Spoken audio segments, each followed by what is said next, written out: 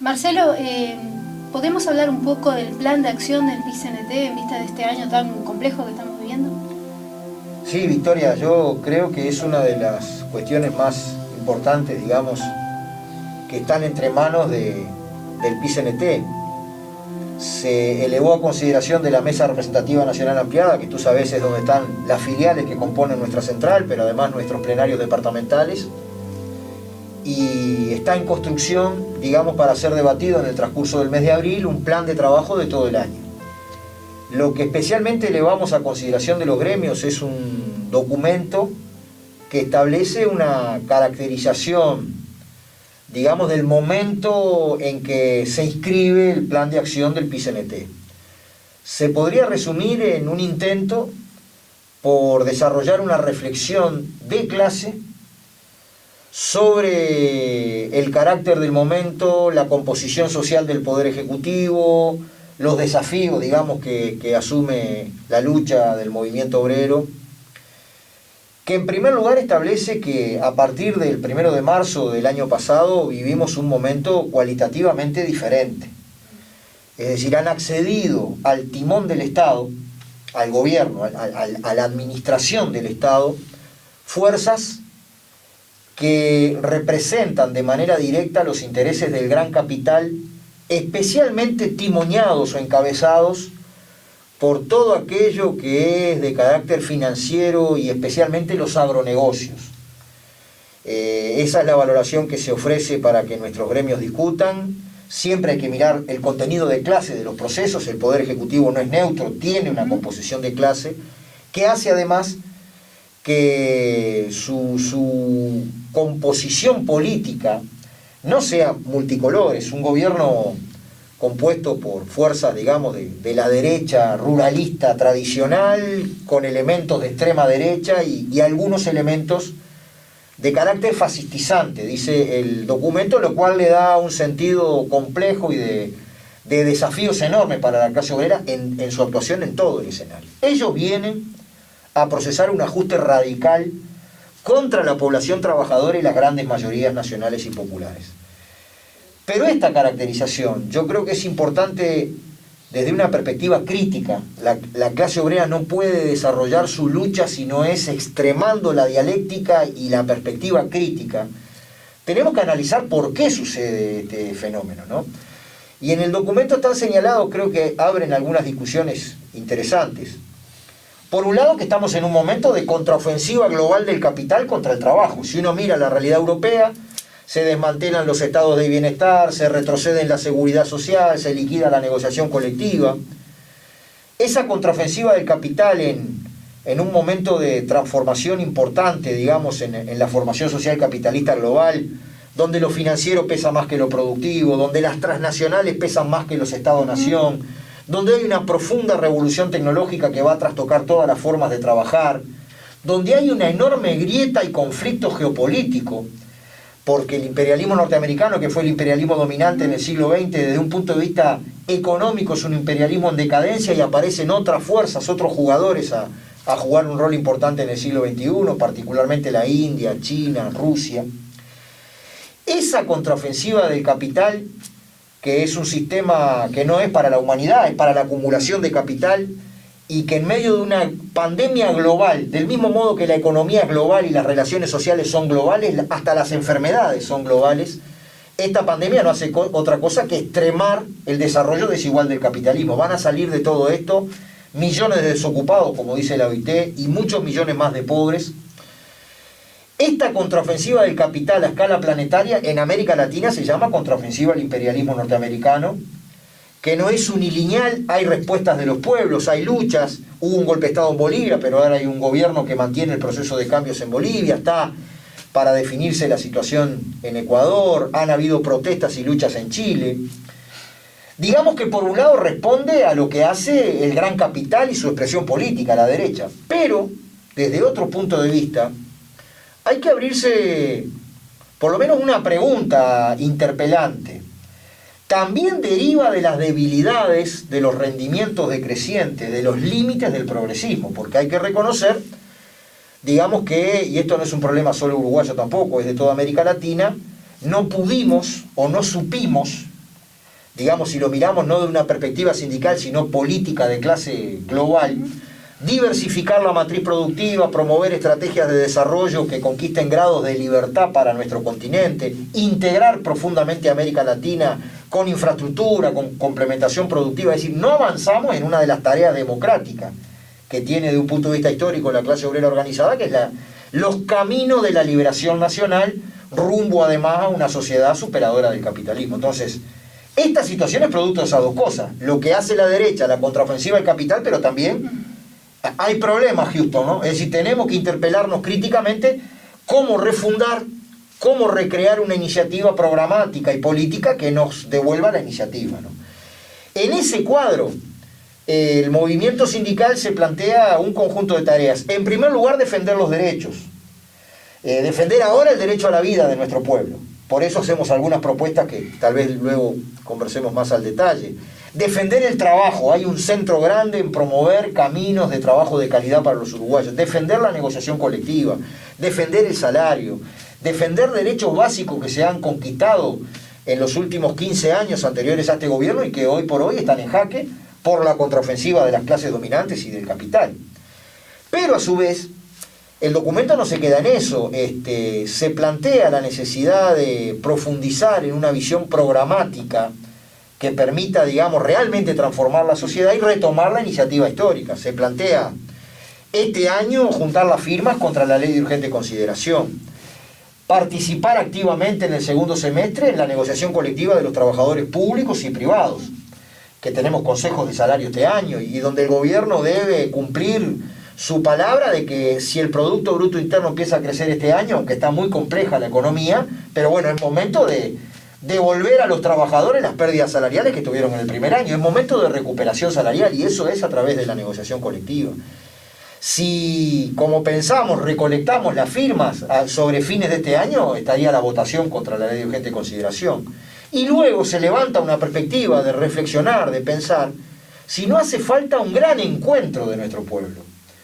Una cosa importante, con participación de la intersocial, de todas las organizaciones populares, construidas desde el pie, un gran evento en donde nuestro pueblo ponga proa a determinadas realizaciones programáticas que permitan cambiar el país, para retomar la iniciativa. Del pueblo? Sí, claro, una cuestión así, más allá del nombre que finalmente tenga, pero donde converjan los distintos sectores del pueblo interesados objetivamente en una transformación, establecer claves para un programa de cambios que se desarrolle, además cambiando la institucionalidad del Estado. Este Estado no fue construido para transformaciones a favor del pueblo, y siempre saber que los cambios que no conquista el pueblo desde el pie con su organización y lucha, bueno, pueden ser efímeros desde un punto de vista histórico. Es decir, generando caminos de poder popular, de que la gente se nuclee, que la gente, del mismo modo que ahora tiene una respuesta solidaria al hambre con las ollas populares, que se desarrollen caminos de fortalecer la organización. Bien, en ese marco hablábamos recién de la LUC, hablábamos también de algo importante que hablabas del diálogo social por la vida, que era lo que no me quería perder, porque es algo que plantea un cambio a la dinámica que está teniendo el gobierno en el tema de la pandemia, ¿no? Sí, para nosotros son clave los insumos que nos dan nuestras organizaciones, digamos, de la salud, tanto salud pública como privada, que pintan un panorama realmente muy complejo en la salud, con desgaste de los trabajadores, con un cansancio emocional importante por el estrés que se vive en medio de esta pandemia. Pero por si fuera poco, que no lo es, los insumos que nos dan los trabajadores organizados, hay un elemento nuevo, y es que un conjunto de facultades de la Universidad de la República, el Instituto Pasteur, distintas sociedades científicas, han ido desarrollando pronunciamientos, las agremiaciones médicas, que ponen negro sobre blanco la gravedad de la situación. Entonces, de acuerdo a las mejores tradiciones del movimiento obrero, digamos, en el PICNT, ¿qué es lo que decimos? Bueno, señores del Poder Ejecutivo, esto se está yendo de madre. Hay interpretaciones que establecen que los propios CTI podrían colapsar en días. El sistema de salud está agotado y sufriendo en este caso, convóquese un diálogo social con todos los actores que de manera pertinente puedan aportar soluciones, que si fuera el caso de que pasaran por mayores restricciones a la movilidad, bueno, obviamente que el movimiento obrero planteará, bueno, si ese es el caso, no debe haber ninguna excusa para que salga el ingreso básico de emergencia para sostener económicamente a la gente, porque tampoco nuestro pueblo puede estar en el dilema de hierro de que o se enferma de COVID o se muere de hambre. Es decir, no hay excusa.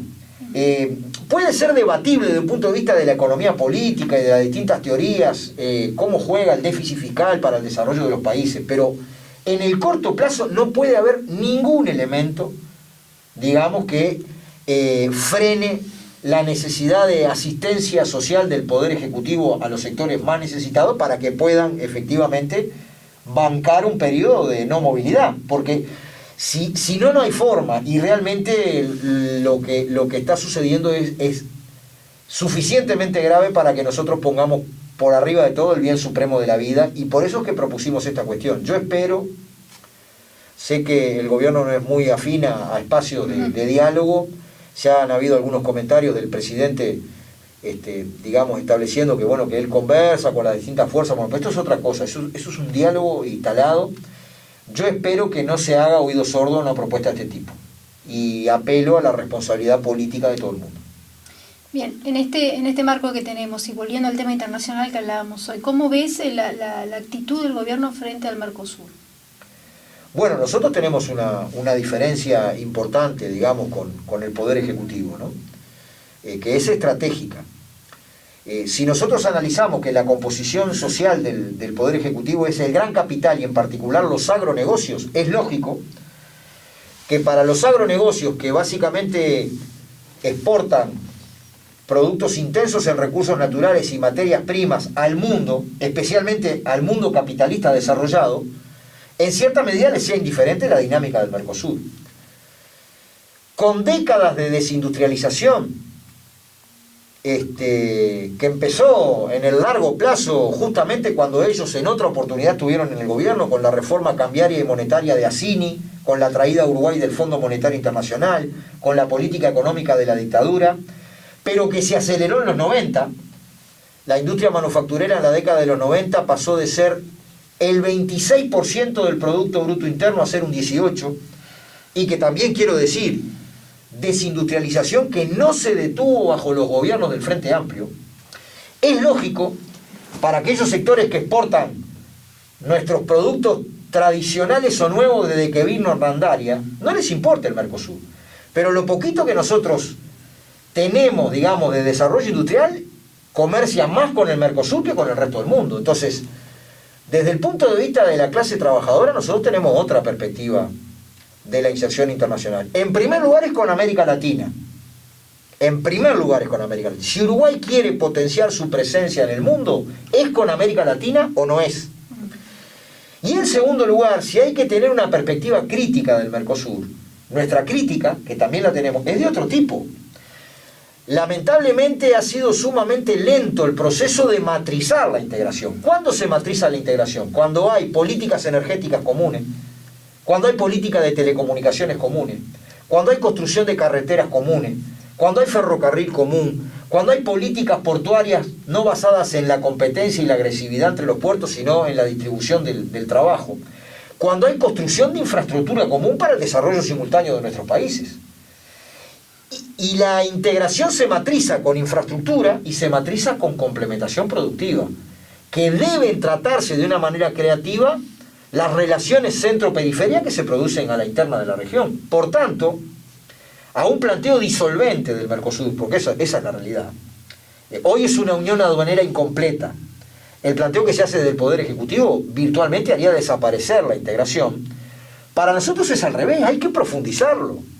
Hay que discutir infraestructura común, inversión común, banca común, moneda común. Hay que discutir la complementación productiva que tiene un apellido.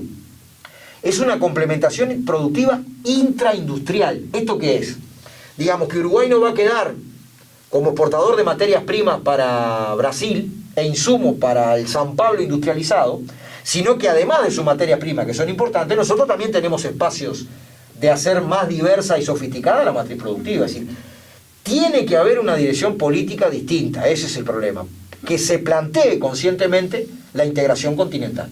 Ninguno de nuestros países solo puede lidiar con las potencias tormentosas de las transnacionales y su dominio en el planeta. O lo hacemos todos juntos o sucumbimos cada uno por separado. Por eso nosotros tenemos una visión diferente. Además quedó muy claro en la negociación con el tema de las vacunas. Sí, claro. Cómo nuestros países, digamos, van a lidiar con las grandes transnacionales del medicamento. Todos juntos es otra cosa, hubiera sido otra cosa. Pero yo voy más allá de eso, porque este planteo que nosotros hacemos no es de coyuntura, digamos, es un planteo de carácter estratégico. ¿Desde qué punto de vista? Hasta de una perspectiva teórica. ¿Cómo podríamos nosotros transitar un camino democrático avanzado que vaya industrializando el país, que vaya generando procesos de emancipación, si no es en el concierto de las luchas de todos los pueblos de América Latina? Y eso tiene una base que es la promoción de la integración. Y la integración no es un club de amigos. La integración no es una declaración. Es desde el pie, tiene que matrizarse en la economía, ¿no?